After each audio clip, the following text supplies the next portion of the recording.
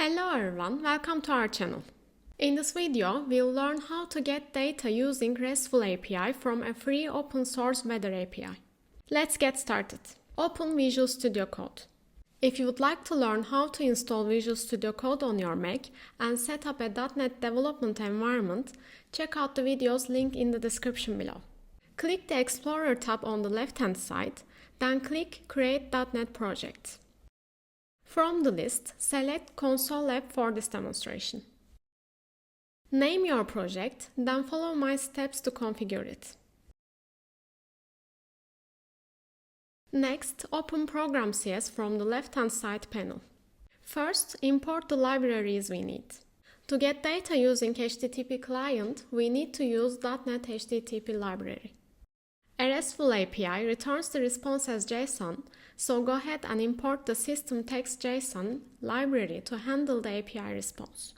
Since we'll call the service asynchronously, we'll also need to import the System Threading Tasks library. The API we are using today for this demonstration does not require any login, so it returns data for all requests. You can send a dummy request and explore the response to create a class in your project to handle that response. Most of the time, an API provider includes documentation and example responses for the API they offer.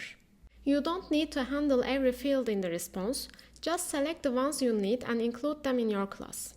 For this demonstration, I've selected only temperature and time.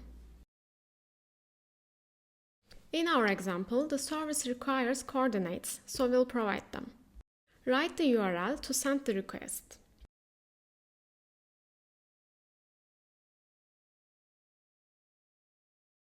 Then create an HTTP client and use it to request data with get method, and keep the response in a variable. Remember, the API response contains the current weather. So get that property and map it to our class. Make sure to use the same property names from the response, temperature and time in your class. For the simplicity in this demonstration, we'll use the exact same names so the mapping works correctly. The deserialize method will handle this mapping for you. Lastly, let's print the API response to the console to see what we got.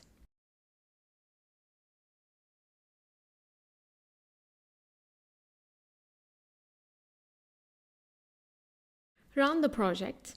Visual Studio Code may ask you to select a debugger, just follow my steps. As you can see, we've successfully got the data from the API. That's it. Thank you for watching, and please don't forget to subscribe to our channel and like the video to support us. Drop a comment below to let us know what you would like to learn next about this topic.